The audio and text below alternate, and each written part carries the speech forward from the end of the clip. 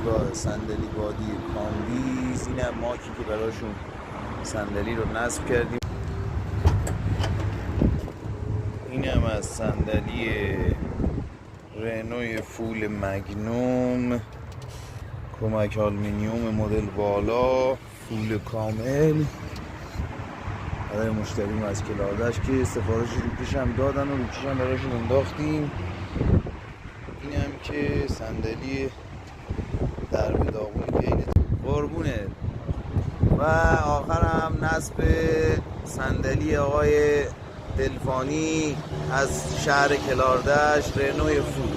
چطور بود آقای دلفانی از قیمت و صندلی فول کیفیتش؟ صندلی رنو فول دیسای دادش تمام عالی اوکی بود که کارمون